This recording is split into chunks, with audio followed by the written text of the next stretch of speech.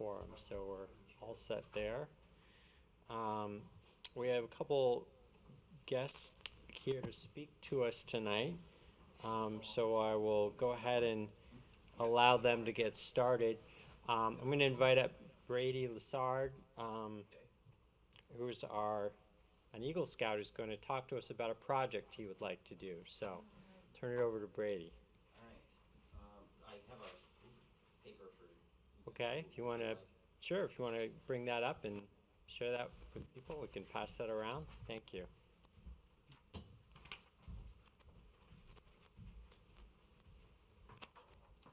So I'm here today to present the Eagle Scout project. So the basic idea is we would like to put in a bridge at Shoreline Park over the brook. So right now there's only access to one side of the park when the dock is in place. So you have to use the dock to cross over to this part of the land. And we were looking to put a bridge in and another path to get directly to the bridge to create a possible loop, like a trail around the park. And yeah, just looking for approval. Okay. Can you tell us a little bit about the specs of the bridge? Like how high do you think this bridge will be? How long? I believe it's probably going to be between 6 and 10 feet long, and probably about 2.5 to 3 feet off the ground.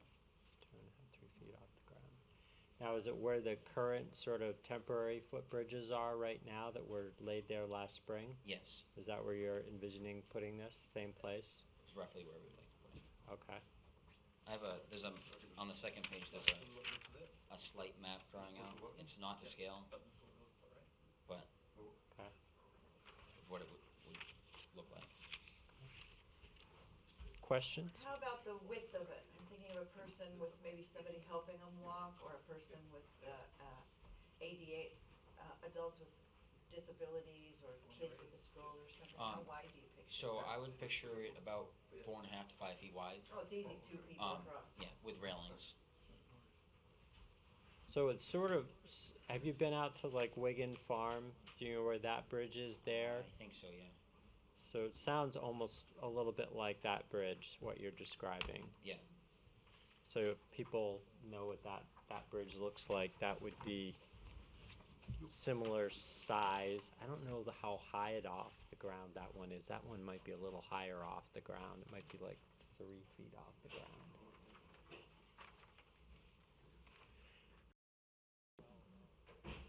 Any other questions? Drew? And I think this is probably more a question for the commission necessarily than for Brady, but is there a need for us to pursue any sort of wetland permit, or is there any restriction of building a bridge that we would run into? I'm looking at Mr. Shelton in back there, since he's on the Meyer Park Committee. Do you have an answer on that? Do you know if that was in a mapped wetland? 100% feel on it, but I think 99% he can put that bridge in. All right. What I'd probably do is think we should probably consult on that just to make sure that that's within our rights to do that without getting a permit. Okay. And I asked that question because I'm pretty sure the one at Wigan Farm did require a permit. Okay. I know that's a pretty wet area. Because it was a defined wetland crossing. So we need to find out if it's a defined wetland. Okay.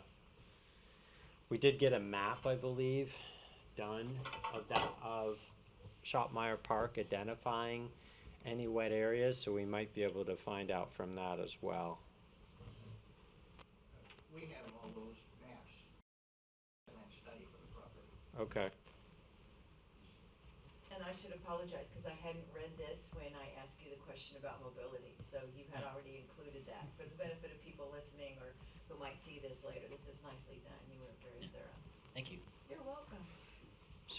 So beyond the bridge, are you anticipating any other aspects that you would, because you're talking about a loop, so I know there's some other wet areas over there too.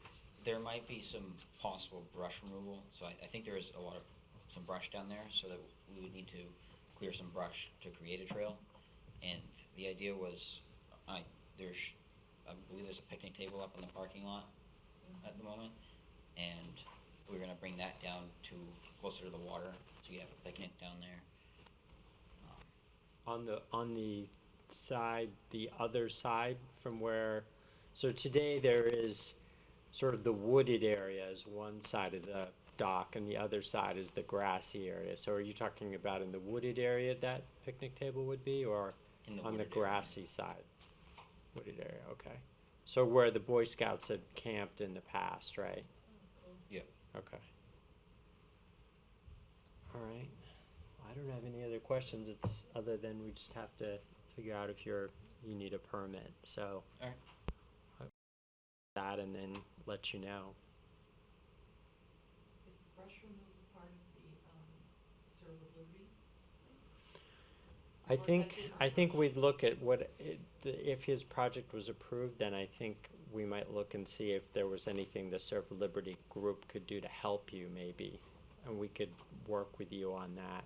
Alright. That's a one-day volunteer event, and they're gonna do some work at the park, but it could either be part of your project if you can use that kind of assistance, or could work on something else. It's just, I don't know what the Boy Scout rules are, if this is something you've got to do entirely on your own, or you are allowed to get assistance. So, actually, I can address that one. Okay. I'm the Scoutmaster of the troop in town. Okay, thanks. So, Brady's project. Can If you could you go up to the microphone? Certainly. Just so other folks can hear as well. Absolutely. So to answer that question, for an Eagle Scout candidate, the idea is that they provide the primary planning and leadership for a project that meets a certain scope and nature, which Brady's project definitely would. So involving the Serve with Liberty folks would be an amazing addition to his project. So Okay. Oh, good, good, good. All right, Yeah, that's, the networking piece is a huge part. amazing. all right.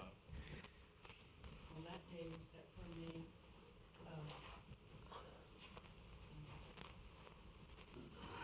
May 15th, Yeah, Friday. which is a school day, so we'd have to think about how that might affect you, but, all right, so I think the most pressing issue would be the permit issue, just because those things can take time. So, I will try and talk to someone right away on that. I have one quick question, not to put you on the spot, but I'm just really curious. And not to put you on the spot, though. This is a phenomenal idea. So you sat down once and you had this idea and that idea, and you brainstormed probably with the Scoutmaster or other people around you, and you landed on this one. When this one came up, did you say, bingo, that's a place I've been, that's a new park in town, can you talk a little bit, a couple sentences about why is this one that one you said, I'm gonna pin my Eagle badge on this one? So over the summer, my fellow scout and friend, Mr. Sargent's son, Talon, did his Eagle Scout project at Meyer Park. He put in a flagpole and a handicap parking sign, and we were talking about Eagle Scout projects, and I was so close. I just had some merit badges, and we brought up that there was talk that a bridge needed to be put in. There's only temporary bridges in right now. That might be a possible project, and I don't know, just got stuck in my head, and I kept thinking, and came up and added a little bit more, and came to where I am today. That's impressive, so I think the history you have with the site and the project is really embedded, it's really something that you have a super interest in, so. Yeah. That's really commendable to have had the familiarity of another project and wanna build upon that, that's really, really important for the town and for your life as an Eagle Scout. Thank you. You're welcome. All right. Well, thanks, Brady. Unless anyone else has any questions, I've got your email, so I'll let you know as soon as I have some more information. All right. Okay? Thank you. Thanks. Yeah, thank you. Mr. Shelton's here to give us an update on Shopmeyer Park, so more news on Shopmeyer Park. Back in January, the committee, I put in front of the committee about turning the park over to the Conservation Commission. And we had a positive vote from the members, and they'd leave it up to me when to turn it over. I was thinking about turning it over in February, and then we had a lot of projects that we'd like to try to wrap up ahead of time, so I'm shooting for an April or May turnover time. Okay. In the meantime, through emails, I've let the administrator know what our plans are, so he's on board, and so there's nobody's hiding out before. But then getting back to his project, probably when Dr. Getchell had the Boy Scout group down there was a bridge over there, but it rotted away, over 50 years. My kids were little then. Yeah, but there was a bridge down there, and they had the picnic tables in there, 2 of them, and we cut them all up and had them taken out. They were all rotten. But anyway, that's a good idea if he can make it work. Getting back to what I've written, okay, here's what we're planning.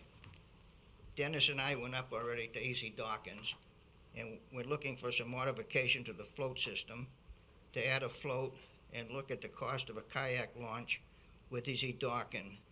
John will work on a kayak launch system from plans I supplied him with, and modifications will attach to his float system, and let me know the cost. No commitment has been made to purchase a kayak launch system until we have a quote as to the cost. The drainage system across the field, the pipe is paid for on site. The town crew will install it when they have time. Any cost from town to install, I don't know. I don't think so, but they could charge us. We plan on upgrading the parking lot area with a finer stone or crushed gravel. American Excavator supplied us the crushed stone base and spread it at no cost. That's because I let their employees park there while they were working across the street. Arrangements have been made to spread and grade out the new material at no cost. We have to measure the area to see how many yards we will need, and if I can find someone to donate it or what the cost will be. 2 to 3 inches will be adequate. Terry Meyer and Elizabeth Dudley will handle the garden area in early spring. Dave Legault will maintain the mowing of the lawn, paths, and cut the field. Cutting of the field as per the easement twice a year, weather permitting. Dave will not accept payment for this work, as he calls it a donation. If you try to pay him, he says he'll quit. More brush cut down by the water's edge and piles of the old mowed clippings removed to open up that area. The trail in the woods need cleaning up. Look into a kayak rack. The cost around $700 or $800 at the Shanda Park. See about filling the old boathouse hole by the dock area and level that area a little. Scoutmaster Rob plans to locate one of the picnic tables in the woods. Don't know his plan. Now would be an excellent time. Take it down the field and across the cove on the ice. And then I mentioned the Eagle Scout project across the brook, and we'll coordinate with the chair. In the future, the area when you enter the park and dips down where the drain pipe crosses the road, consideration should be given to improving it by raising the road. The abutting property owner's pipe appears to be not handling the water runoff sufficiently and need cleaning. And that's as far as I got today. And I appreciate you letting me talk before you. Sure. And hopefully we can wrap up some of these. I don't think we'll get them all done, but obviously I'll have to meet with you and we'll discuss everything prior to turning it over. Well, I think it would be great if you have some outstanding projects that you still would like to get finished or think Yeah, should be well, finished, you could provide a list to the Conservation Yeah. Commission, and we could use that to prioritize things that need to happen on the park going Well, forward. the 2 main ones is getting the docks finished up with a kayak launch if we can. And the second one is redoing the parking lot. They put all that base gravel in for us, crushed stone. It's kind of large, but they put it all in for us and spread it for no cost. And now I've got somebody that said that if we can get the fine stuff one side, either crushed gravel or small crushed stone, that they would spread it for us, but they have to get it on site. And I don't know what it costs, and we haven't measured it out yet. The fellow's gonna come over and help me measure it out and see how many yards it'll take, and then I'll search around and see if I can get somebody to supply us with it. If not, we'll have to buy it, but hopefully we can finagle somebody. Well, yeah, and if you don't find that, then I think we could take that as well, talk to the town to see what they can do as far as helping us Yeah, with that. I mean, we might have to Well, we pay still- for we- it, but they might have some good, we've still got a fair amount Resources of money and in the stuff, kitty, you yeah. understand? I mean, we're not destitute yet. And we can- probably need that going forward though, to Yeah, pay in the yeah, future well, for things, yeah. just to maintain things, so that's our own. And I've already my arranged thing. with Easy Dock, and that, and it brings down the new dock that, for the extension, that we told him we want, and that he'll put all the docks in, this spring, so we don't have to worry about that, that's all taken care of, Okay, okay? we'll About look all I forward to got. hearing more. Yeah, okay? All right, Yeah. any other questions? Does anyone Yeah, have any? only one question. I met with our abutter, who's been before you before, and wanted to know why we put the fence up. And I told him he didn't like to look at the docks, and I guess he can't see them now. And he was not too happy, but he would have been jumping up and down if he'd have been down there last summer when all them kids were down there with them kayaks, and they were running over his back lawn, and the kayaks were all out on his lawn. I guess he was working that day. But I says, just to get rid of a lot of issues, we'll put the fence up. And the fence is, everybody's happy on my side. We call it Jim's fence, by the way.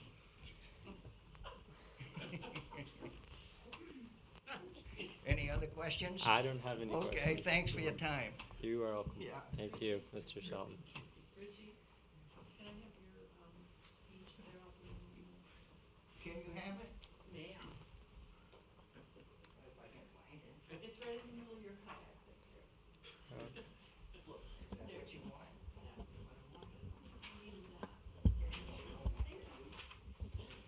Okay, now I know we Easy Dawkins. He's got our docks right in here. I know we have, Jerry's here to talk to us about the fishing wear. Is there anyone else? Guys, I didn't want to, okay. So I invited Mr. Collins to come to tell us more about the fishing wear. We talked about the fishing wear at the last meeting where we approved the permit to allow the fishing wear structure to be where it is currently in the park. And I wanted him to give the commission more background and the history of the fishing wear so that people have more knowledge about it, because there's a lot of new members on the commission who might not know the complete history. I would count myself in that group. And so he's been gracious enough to come here tonight and give us some more information, and we have a video as well that he's going to show us about if it'll play. So Jerry, why don't you just go ahead and step up and just introduce yourself? I've got some information here for everybody, if, you can take, hope you take the time to actually read it all at some point. Thank you. Thank you. And I'll start out with that video, with, How long is the video, just out of about 10 minutes 10 minutes? Okay, great. That's good. accordingly. That guy's gonna have to come back up here, he said just to push the button here. I heard him, that's all he said. Looks like it closed down, you'll just have to enter the Does password. anybody know how to use this? I don't. You just have to open it up to. Enter the password. Tim's password. You want to give Paul and see if he's down there? I don't know Tim's password. Thank you. Patrick, is it on the lid, the backside of the lid? That might be it. Or he's got. Yes, this is from up in the council chambers. What's the password for the computer? 0614. Thank you. All right. I'm assuming if I hit resume, maybe that is all. Is that all? Okay. Still don't see anything happening here. Probably. It's playing on this screen, but it's not playing on. What, the TV's hooked up to it. I know. I'm just looking to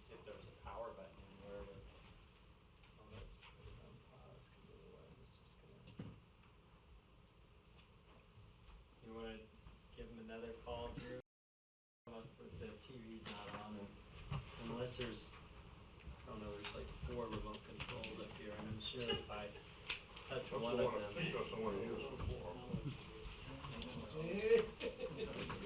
Sorry, council chambers is still having audio video difficulties.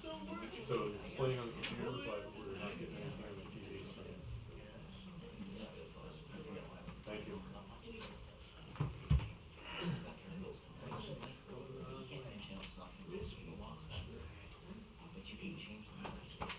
Is someone coming up? You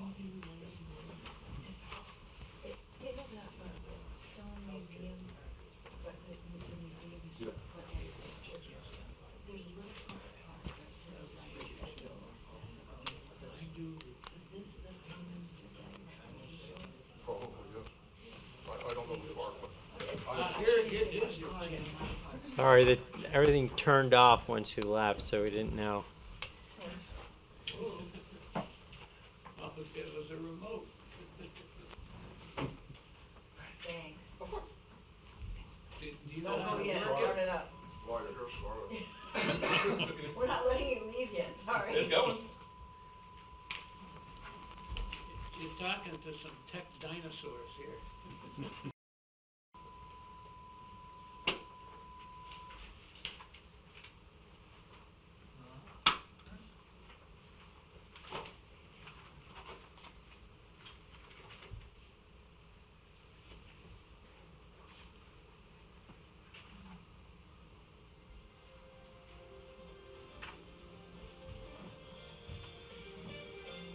Tonight on Chronicle, keeping Native American history alive at Newmarket's working fish market.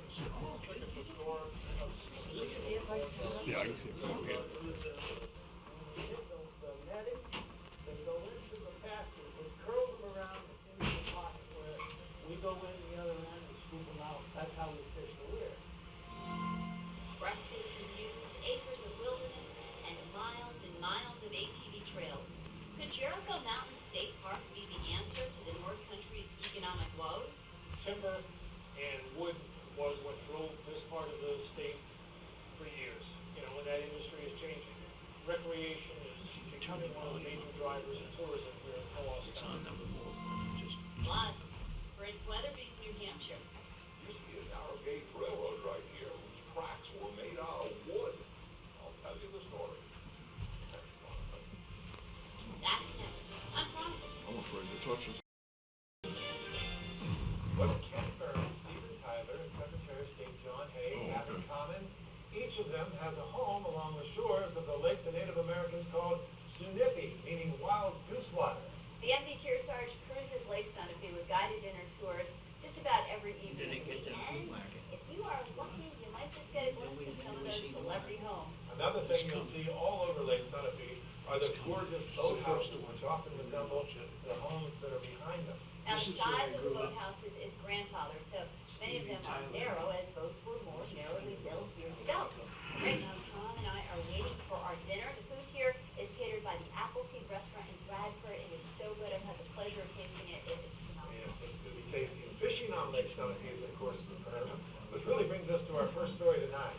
If you go down to the end of Water Street in Newmarket, you'll see what looks like a jumble of poles and nets in the tidal part of the Laramie River. It's the only place in the state to see one. It's a fish weir, an old Native American method of fishing. Jerry Collins uses the same method that was used by the Wampanoag and Swampscott. Producer Cindy Jump Jones shows us how this piece of New Hampshire's living history works.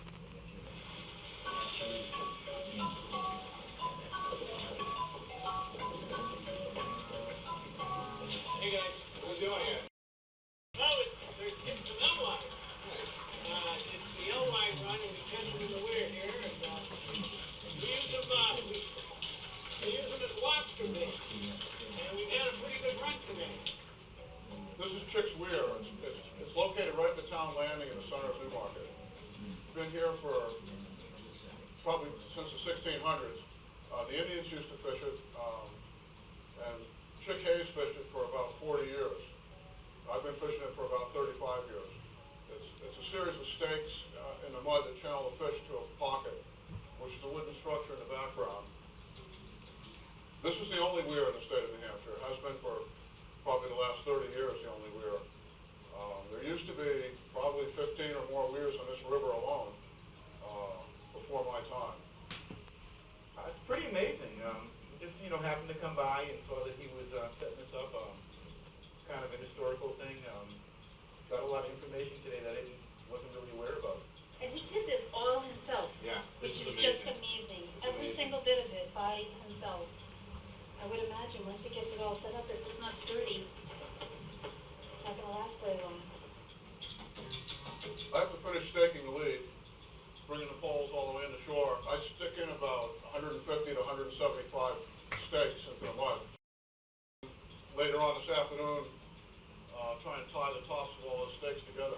The next thing after that is to hang the nets. You hang the nets at high tide, and you go back out at low tide and batten the nets down to the bottom of the river. The Indians used to weave brush in and out of the poles to channel fish when they didn't have the nets. I spend about 200 hours a year fishing the weir, setting it up, taking it out. I've probably built 6 of these at least. 2 or 3 of them have been wiped out by floods, and this one is just getting too old to use. I can maybe get 1 more year out of it. How can a net catch a fish? That's a good question. Because what happens is it makes them swim a certain direction. And then they can't swim through the net because the holes in the net are really small. So it catches really big fish. Not little baby fish, just big fish. When they hit the netting, they go into the pasture, which curls them around and into the pocket where it goes from big to little so that they can't get out. We go in the other end and scoop them out. That's how we fish the weir.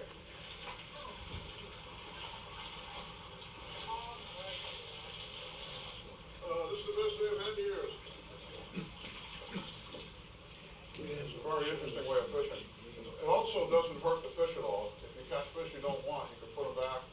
It's not like they're in a... Wait a minute. Where let him go? There's a lamp for you. Okay. Look at that. I passed, came over the dam. The weir catches a little bit of everything that's in the river. Mainly chick-A's used to fish for smelts and alewives. I can no longer fish for smelts, so I just fish for alewives. Alewives we use for lobster bait, most generally, although old-timers used to smoke them and pickle them. When Chick Hayes was still fishing the weir, Newmarket had its 250th anniversary. There was a parade in town, and Chick's float won first prize in the parade. So the town liked the weir very much. Well, one of the things I've always liked about fishing the weir the most is to know what somebody used to have to do to make a living. Most of us have it pretty easy today in comparison. I think it's historic, has a great deal of historic value, especially dating back to the 1600s. I also like to do it as a memorial to Chick Hayes. Chick Hayes was the most giving person I ever met. He was sort of a cross between a father and a best friend for me. I helped Chick for 5 years until he died, and I've been fishing it ever since. Several people have helped with the weir over the years, and I think down here fishing, in particular, Dick Gallant, Patty Blanchette, and Luke Weigel have been instrumental in keeping the weir fishing. It's something that I've always loved doing, and that we felt it's always been a part of Newmarket and its history, which is mainly why we keep it, try to keep it going, is to provide a historical continuity throughout the years. Years ago, they used to bring classrooms of kids down here to see the weir, and it was used as an educational tool to some extent. I think it's a great thing for kids to come down and see how something that's been around for such a long time, that they get to see stuff like that. It's a part of history. Well, I'd love to have this declared a historical site, and somehow have some funding to keep it going if I couldn't fish or decided not to. No, I used to make pretty good money 30 years ago. Now I probably barely make enough money to get my investment back, if that. Well, it was fun to catch fish again. It reminds me of years ago when Chick was fishing, and we used to do this many fish every day, and now this is the first fish I've caught in a month. Hopefully he gets some interest in it, and other people get involved, maybe give him some funding, help him keep it going, maybe a little manpower allow us some help. A historical registry, because there just isn't anyone around here that does this anymore, and it's such a unique to New England type of fishing. I'm really grateful that he's chosen to continue this operation. He certainly has the character to do it, and I think he does a great job.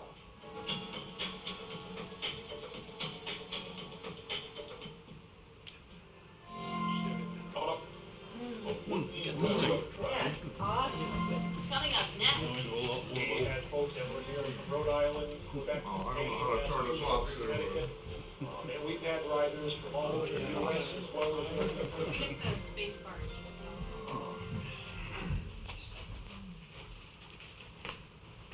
There you go.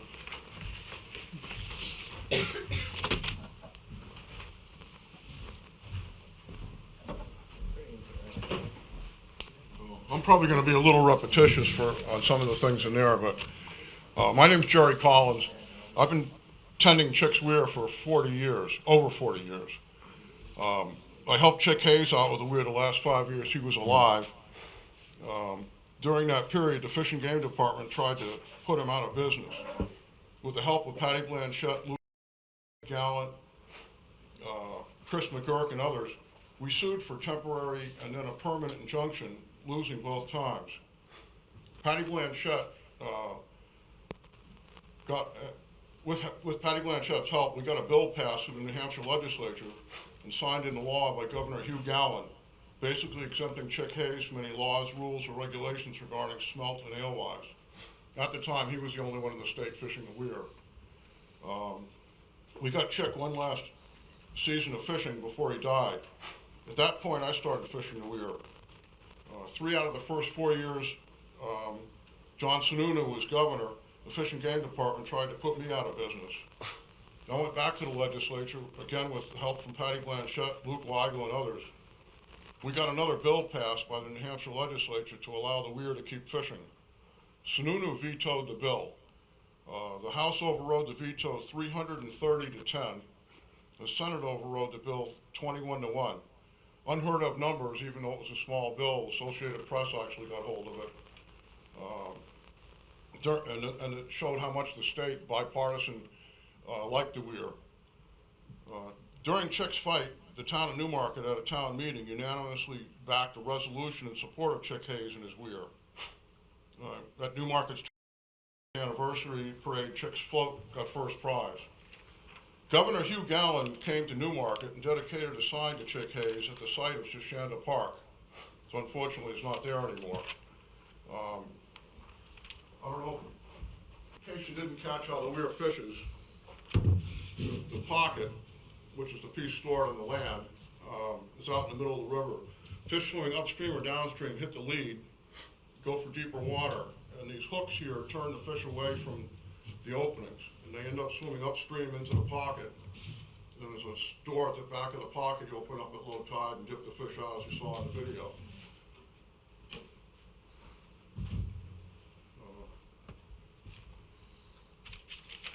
It's the pocket of the weir that apparently you want me to move. The weir's pocket has been stored on town property for at least 80 years that I know of. 40 years by Chick and 40 years by me. About 40 years ago, I voluntarily moved the pocket from the town landing to where it is now in order to help the town snow plowing. Dick Gallant owned that piece of land at the time. When the town bought the land, the selectmen unanimously gave me permission to continue to store the pocket there. The pocket is a 12 platform with 12-foot high wire walls. It weighs about 1,000 pounds. It sits on the river's bottom at the edge of the channel during weir season and must be floated to shore in the fall before the ice forms in the river or it will be ruined. It must be stored near the weir site in a protected area where it can be floated ashore in the fall and floated out in the middle of the river in the spring. It cannot be moved because of its size from the river's edge. It cannot be transported to and from the river. It was built next to the river. In the park, near the weir is a plaque describing Chick's Weir. Weirs date back to the Indians, 1600s, actually earlier. Chick's Weir is the only weir in New Hampshire, and I believe the only weir south of Maine on the east coast. Generally, the weir is set up from about May 1st till the end of October. This, of course, depends on the weather and the tides. If I have to move the pocket, it will be the end of Chick's Weir. The first town council that talked about the Riverwalk saw Chick's Weir as a highlight of the Riverwalk. The 2006 town council deemed Chick's Weir unique to the town and voted to allow permanent storage of the pocket in its present location. The issue also brought support from Chris Shopmeyer, Game Department, during the dispute with Hayes. Shopmeyer told the council when he served on the Conservation Commission, the panel supported the weir. And a quote from that meeting from Chris: "I find it troubling that we make these decisions with an absence of knowledge and a lack of research. Please, for the weir's historical value, let me continue to store the pocket where it is. The park is named after Red Shanda. Red Shanda strongly supported the weir. If the weir is put out of business by the town or the park, he'll not only be rolling over in his grave, he might jump out of it."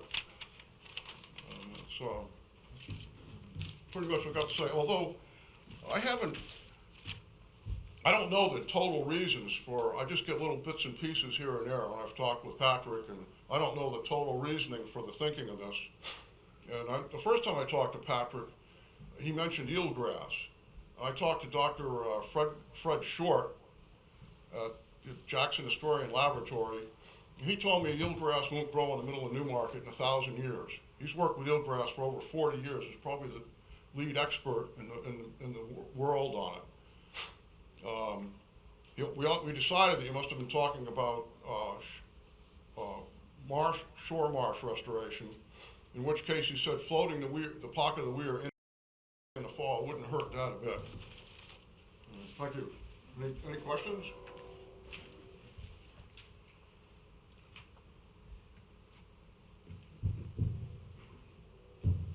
Thanks for coming and providing all the information. It's helpful for the people who haven't heard about it before, and certainly it's great to have all this information. I think the biggest issue again that we're facing is, one, the park itself is going to be undergoing a major renovation, obviously, in the future. We don't know when that project will start, but the town has created a special committee to look at that, but they really haven't gotten that far. The one thing that we did have happen was we met with the folks from the Department of Environmental Services and had them come to the park and look at areas where we could restore what's called a living shoreline. And they did identify the area where the weir is currently stored. So I think we would work with them to find out what impacts that might have in the future. So those are the issues that, as far as I know, that have been identified. The only other issue that I believe the town identified was getting a hold harmless agreement from you that you would provide to the town should anything happen to someone as a result of that weir being stored there. I believe they made that request to you, but that's something between you and the town. I guess it's a liability issue that they had. There's never been a problem with it. I'd be glad to sign a liability. I don't know, that's the only other thing that's been communicated that I was present for, that I heard them ask you for. But I do think that those are the three things that we're looking at, is that the park is going to require major work, or it's actually going to just disappear into the water at this point with the erosion that we're seeing down there. It's a combination of severe weather events where we get above average rainfalls frequently now. And the other issue, of course, is sea level rise, where we've had numerous events where the park is completely underwater. And that's just with a lunar high tide. That's not even, anything out of the ordinary, really. So those issues are pushing the park in a lot of ways that probably it hasn't faced before. And so everything that happens there is going to having to be looked at. So I don't want you to think that you're being singled out as one entity. It's the entire park that's really under review and how it's being used at this point, and what's the best way to restore it, or if we can restore it. And that's why we've invited in DES to look at it and see if it would qualify for the living shoreline approach that's being used in parts of Portsmouth and Durham, where they're seeing the same thing. You talking about the whole park or just that one small area? I don't think we know at this point, Jerry. I'll be honest. I think we're at the point where we're just starting to look at what we can possibly do. But I think it's important that as someone who uses the park and is heavily reliant on it, as you've stated, that you understand that this is something we don't have a choice on. We've got to look at all of these issues because the park is simply floating away at this point. It's going into the sea. I mean, the walls are all falling into the water. It's not safe in a lot of places for people to go down there. And that's not going to go away. It's only going to get worse. So it's definitely an important issue. And I think it's really helpful to have this as we look at things. And I can't tell you what's going to happen right now. I don't think we know. Well, is it gonna be all right to store the pocket there until? Well, I think No we kind of decision? addressed that in our last meeting. We voted about providing a permit and understanding that you need a place to store it to get through the next fishing season. And I'm thinking of next year, next fall. as soon as I have more information, I might be able to provide that to you. I don't have anything at this point to share with you which just would say affirmative or no. I think we need to look at it and see what comes back from both the committee that's looking at it and also further discussions with DES about what their recommendations are.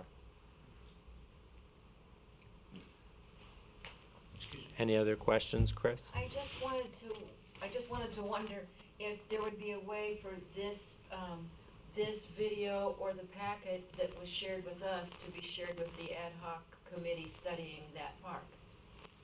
Sam's on the committee? And you're on the committee.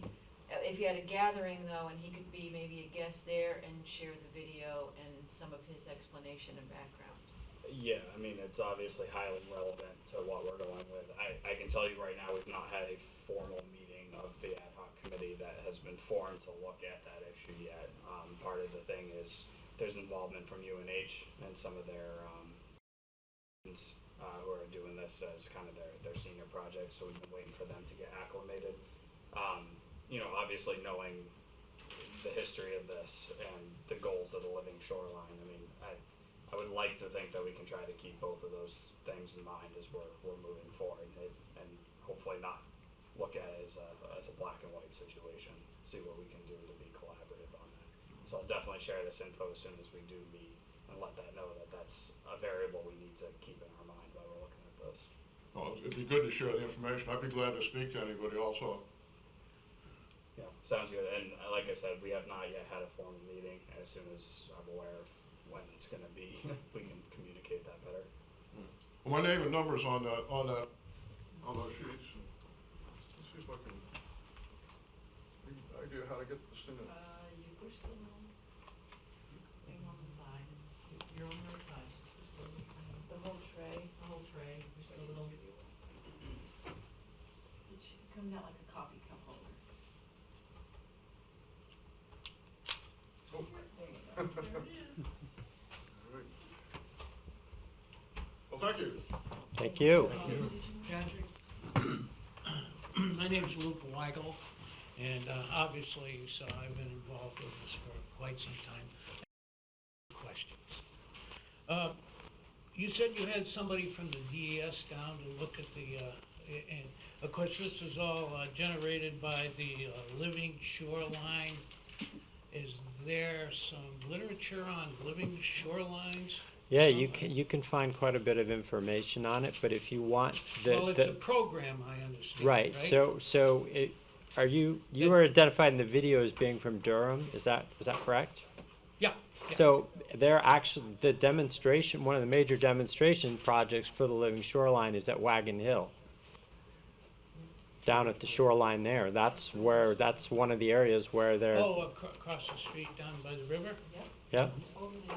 So I think they do, you can find quite a bit of information online just by Living Shoreline Wagon Hill. Great, okay. But, Now- the Great Bay Center too, also in Stratham, has information on it. Where does the funding from Living Shoreline projects come from? They've got some grants that they're working with.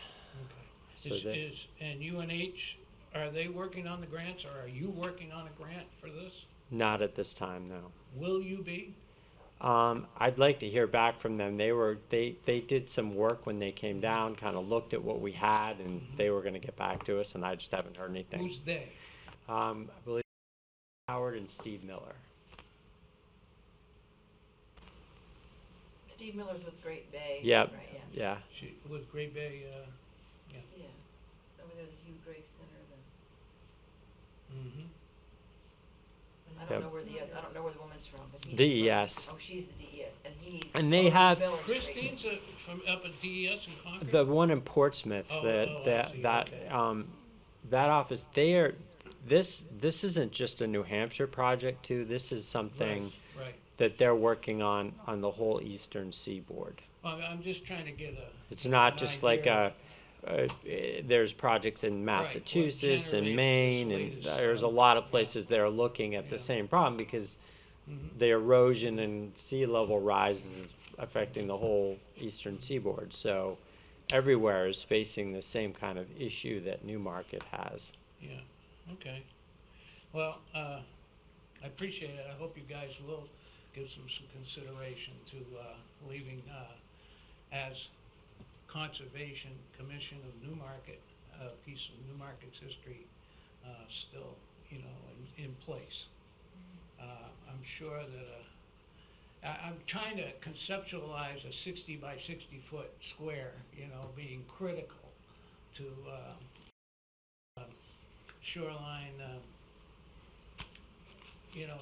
grass growing or restoration. That was dug out by Dick Gallant, where the parking lot is there on Water Street, used to have a big building there, called it subsequently became the Second Coming, and he was gonna make boat work in there, some boat works in there, and that's where he was gonna launch his boats. So that's been there, and we've been parking the weir there for many, many years, prior to him even selling it back to the town.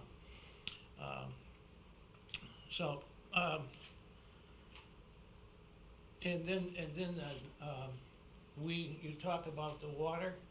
We went through the blizzard of '78 in Jerry Plant's building, which is there where the parking lot is, right next to the park. Jerry Plant used to live there, and as I say, 128 Frenchmen from Nova Scotia to Louisiana have an interest in that piece. But as it is only a parking lot, it's good for that. But we lived there during that, and the water was up on the first floor of his building during the '78 blizzard. And that was cold water. Okay, well, thank you very much. I You're appreciate welcome. Okay. Did everyone get a chance to review the minutes from January 9th? Oh, and December as well, yes. Any questions or corrections on those minutes? Okay. Do I have a motion to approve the minutes from December 12th? I'll make a motion to approve the minutes from the Conservation Commission meeting of December 12th. Thank you, Drew. Second? Second. Thank you, David. All in favor? Aye. Aye. I should abstain. You were abstaining because you weren't there? Correct. Okay. Yeah, it was nothing contentious, it was just, That's what I was figuring. yeah. Do I have a motion to approve the minutes from January 9th? I'll make a motion to approve the Thanks, Sam. Second? I'll second again. Okay, thank you. All in favor? Aye. Okay. I was not with an updated set of financial figures, so we do not have a treasurer's report tonight.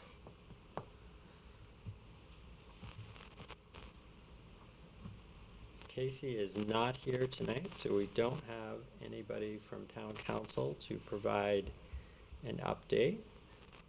But Sarah's here from the planning board. Sarah, do you have anything to share? Nothing that's probably specific to Conservation Commission. We did have a meeting on Tuesday, where John Kipner, the owner of Johnny Boston's, which is downtown, a restaurant, is looking to expand. He has an application out for, expanding the outside portion of the restaurant to have a beer garden, and then upstairs converting what is now a residential space into non-residential space so he can expand his restaurant. So that's it.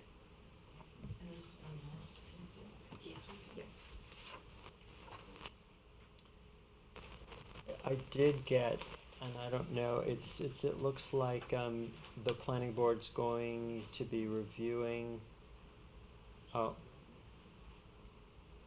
this is not it says 1/28/2020, there would be a review of the Hersey Lane 128, I wasn't at the one.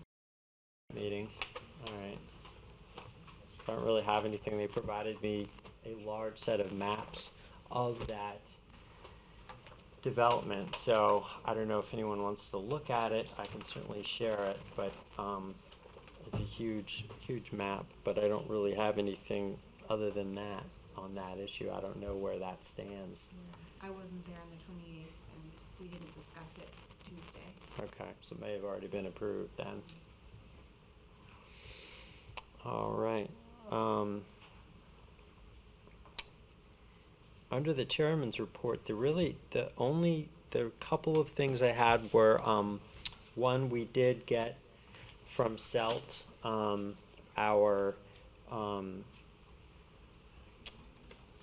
report for the Dodds property, and there weren't any easement violations or anything to report really there. And we've also received the Hilton report and the same thing. So at this point, all of our monitoring reports for all properties are complete, and have been submitted to the proper agencies. Not identify across any property this year any easement violations or any concerns really. So that's the good news. I think the only thing I think we just probably might want to think about planning a little bit further along maybe, because I know all of us who are doing easement reports probably would have liked to have gotten them in sooner. I know I did one that I didn't get in until the end of the year. So maybe we can see if we can do them a little bit earlier in the year. I don't know if Drew, if you have any thoughts on that in past practices, if we were better at getting easement monitoring reports done quicker, or if there was any good. Historically, it's always a push at the end. Okay, all right. And, you know, some of the properties are the understory is so thick, if you get out there while the leaves are still up, Yeah, it's harder to find things. I agree. It is a challenge.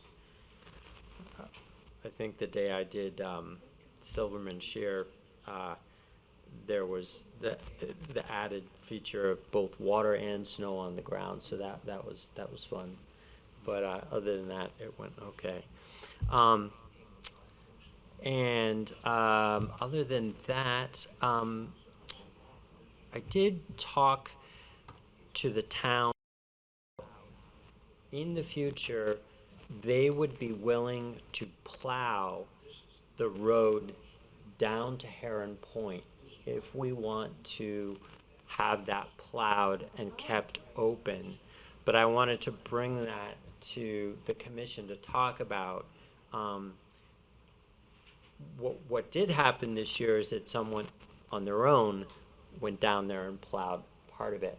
And my concern about that would be if they damaged the gate, we'd be back to, no access at all to the park. So I let it be known to the person who told me that they had become aware of that happening, that if they could tell that person not to do that again, that would be the best thing, because we just went through so much to get that gate installed and working. I would hate to have it damaged in any way.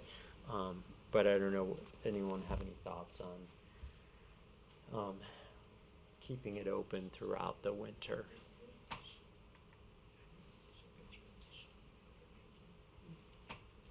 I mean, if you went down there today, my only concern would be walking on those the platforms that we have built in the walkways wouldn't be safe for people.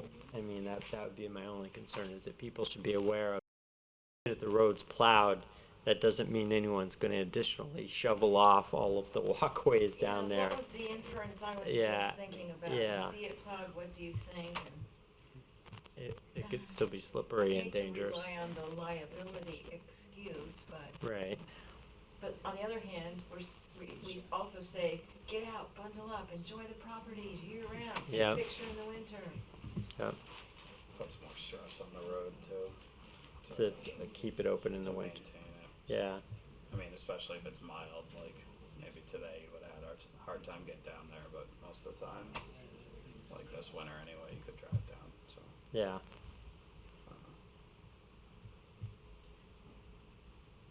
I'm kind of against it, I think. Well, there's the idea of, I'm thinking of the logistics of the snow load, like you plow, you spew it somewhere, and then what are you doing to the habitat on either side of that quite naturalistic site? That's true. Yeah, because I'd hate to have anybody go you cut actually out sort of here. gather up all the contaminants that are on the road when you plow and do all deposit kind of them in stuff. one place. Yeah. And without going in and cutting out, what do they call them, some hammerhead things to be where you know you're gonna put it. And Right. I guess I'm leaning in Sam's frame of thought, which is at first it seems so innocent, but really and truly, Yeah. probably just let it lie fallow is not bad. Okay.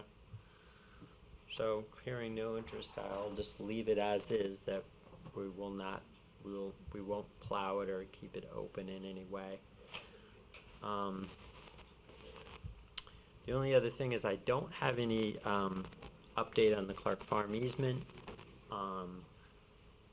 I am pretty sure that where Jeremy from South left it was that he did not think he would have an update until this month in February when we last spoke. So I think I probably owe him a message at this point, just to see if there's any update. Just to kind of refresh everyone's memory, I think overall town council is pretty supportive of the Clark Farm easement. The only real question is just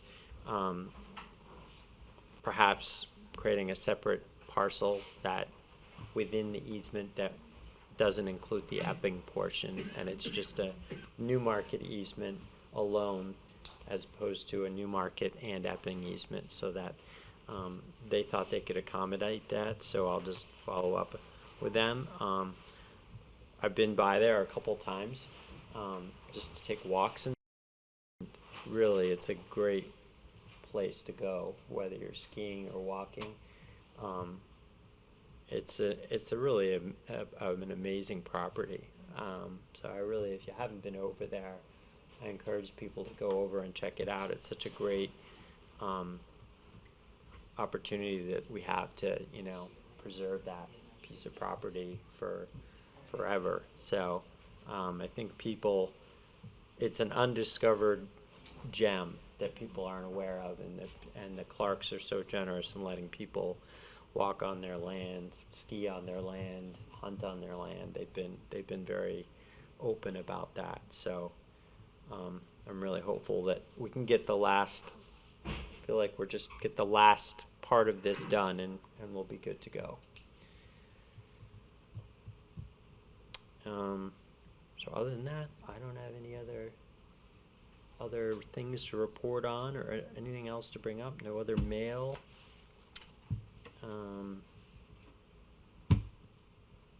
think, did you have something about the photo contest that you I had a wanted? couple of new business things to Okay. bring up. The first was to, it's time for us to launch, if we want to launch photo, exhibit 2020, because if we launched it as next month, we could have more people having opportunities to take pictures in the winter. Last year we thought about it, and then we worked on some of the logistics and laid some groundwork, and so we kind of missed some of the winter opportunities, but if we wanna do it again, A, do we wanna do it again? B, if we wanna do it again, it's probably not too early to start thinking about a subcommittee, again, thinking where would we like to have it? You wanna repeat it where we had it last year, or do you wanna look around for another space to have this exhibit, or the opening of this exhibit? So it's kind of a two-part question. And I can also say that the town hall pictures will be somewhere, I don't know where, they were really excited to get them and to do something, but I don't know where they're gonna be or how they're gonna be exhibited. Did they get over to the town hall? Are they Yes, here? from Okay. me, yeah. Okay. And I'm sorry it took so long, but I wanted to make sure that, there was a couple I couldn't retrieve because they went home with people and families and relatives and one back to Alaska and whatnot, so, the bulk of them are in fact with town hall, so. I don't know how they're gonna exhibit it, but I should be able to tell you that, or we're gonna see them as you go in and do your town hall business. They might be up as soon as in a couple of weeks, I guess. I don't know what they're gonna do with them. But it's a treasure to have them exhibited again. Yeah, I think there's a lot of space, but. It's a lot of clear space. Right, there is. So, do we wanna do it again, and do we want it at the same place, or do we wanna look for another venue? That's, I think we do. I think it was a great success. So yes, that we want to do it again. yeah, My question is, what would you think of just saying we could open it up to other people in the community you might be interested in if you want to have helpers on a committee? that could be cool, That it could be open to anyone who's interested. yeah. And that might be a way to generate more, cross-pollination and get Yeah. people interested. We can do that, that's Um, awesome. Another cool thing that happened from it was at the State Conservation Commission conference, which was in November, I had follow-up from two different towns that wanna do something similar. Thornton and, I'm sorry, I can't remember the other town right now, but I've corresponded with them and told them some of our thought process and how it was an exhibit, not a contest. One of the towns is gonna do an exhibit, the other one does wanna make it a contest. But, they appreciated the groundwork we had done about having the age groups and about having it be conservation properties. And I thought that was nice, that this triggered a couple of other commissions to think of doing something similar. Maybe the statewide organization would want to put together a statewide exhibition or something like Well, that. that's something to think, 50th anniversary coming up, so the November 7th conference is gonna need, or can use a lot of that kind of creative spirit in examining a lot of ways, so. They're meeting the 20th, a week from tonight, a week from tonight, so it's something to start talking about then. But I wanted to be able to say first, well, Newmarket is involved again, so that And could help with those. everyone think that's a good idea to do it again? I think it would be great, yeah, Yeah. and I agree. Getting out and taking pictures now, that ice storm created some great opportunities. Oh, there were some great opportunities. For some pictures, yeah. Yeah. So hopefully some people took some pictures. Yeah. I know I did when I got out and took a few. So Nice. I think we should go ahead and have Melissa, our social media Yeah. leader, post some stuff out there Post and some say stuff that and we're see if we doing it can again. rustle up more committee members Yeah, from the say outside of the we're commission. looking for volunteers. If you're interested in being part of it, go ahead and volunteer. Contact us. And that, if you're out there and about, start taking pictures Start now. taking the pictures. Yeah, I think that would be great. All right, I can get that message to Melissa. Then I also wanted to share a couple other quick things. Pollinators 101 is gonna be March 21st at the library at 10:30 in the morning. So the library is kinda home to the Blooming Newmarket. So after our meeting where the pollinators pathways people came and spoke to us, when the meeting was the funky one at the Beach Street Extension Building, the Blooming Newmarket group got involved pretty much in real time during that night. So that event is gonna be March 21st, like I said, at the library, 10:30 in the morning, 10:30 in the morning. So getting as many people there and hearing about it, and then from there we'll be able to talk about what are we gonna do next? Are people gonna have signs in the lawns or a map in town that shows where some properties are participating or, and there was some early talk about could we maybe identify one of our properties as, and a couple of them lend themselves to be able to say like, yeah, look, we don't even mow this certain times of the year in order to help pollinators in the pathway, so. Anyway, March 21st, I hope people can come to that. I forwarded, as best I could, I had all kind of computer problems, the New Hampshire Association of Conservation Commission's newsletter, because it starts off with a survey. So they're interested in having as many people respond to that as they can, so they gather some information with the 50th anniversary of that association coming up. And mark your calendars for November 7th. I think I hope you can come again, this would be the third for you, and third consecutive one for you, and it's not too early to think, mark your calendar. You're talking about the statewide I'm talking meeting. about the statewide conference, yeah. So read through that newsletter, and if you have any questions, I'm happy to answer them or address them straight to Barbara Richter, who's the executive director of the State Organization of Conservation Commissions. Yeah, so it's the 50th anniversary of the legislation that created conservation. The State Association of Oh, Conservation. that made the state association. Yeah. It's the 50th anniversary of Earth Day this year, Isn't too. it something though? Yeah, it is. So yeah. I do plan on putting that on the March agenda to see if there's anything we want to do. Yeah, because that would be for April something, so we Yeah, really need to talk about it in yeah, March. yeah. So if anyone has any ideas, I don't think it has to be anything particularly huge, but it would be nice in some way to recognize the 50th anniversary of Everybody Earth doing Day. their part. Yeah, it could just be putting out some general information about here's things that you can do to be more sustainable or more mindful about what you're doing in the environment. Maybe tagging up with the town's committee, the name I always get the name wrong, there's a renewable Energy environment, right? research committee, Yeah. Maybe that committee could have something that I know they had looked hard at recycling, and it's just such a frustrating experience. It's such a frustrating experience. Yeah, it is. I mean, basically the only good thing you can say right now is just don't use it all, because most of what we put in there is getting thrown out. It's really pretty sad. But the Blooming Newmarket bags that you can get now a few places are not Blooming Newmarket, I'm sorry, boomerang bags. Boomerang bags of Newmarket are in a few places. In the library lobby, in Newberry Farms, a few places have these wonderful cloth bags. They're sewn really well. I know Tony and a few other people are in this committee that sew. They get together a couple times a month and sew these bags, but they're not ordinary bags. They're done really, really in a cool way. And for grocery shopping or things like that. Yeah, grocery shopping, errands, schlepping stuff around. It's great. Yeah. So even if, here's me telling them what to do, but if they did like double time and made extra of those in advance of Earth Day, that's something maybe, or at least we could promote it, yeah. Promoting using those I mean, I bags. think the Pollinator Pathway group is great that we're aligned with them, and they're it doing is. stuff out there, so. Yep. So those are the items I had wanted to share. Thank you. You're welcome. Anybody else? It's great to have Sue back again. Glad you're feeling better.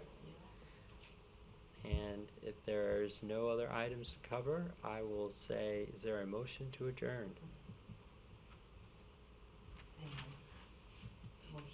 I'll make a motion to adjourn. I'll second it. All in favor? Aye. Aye, all right.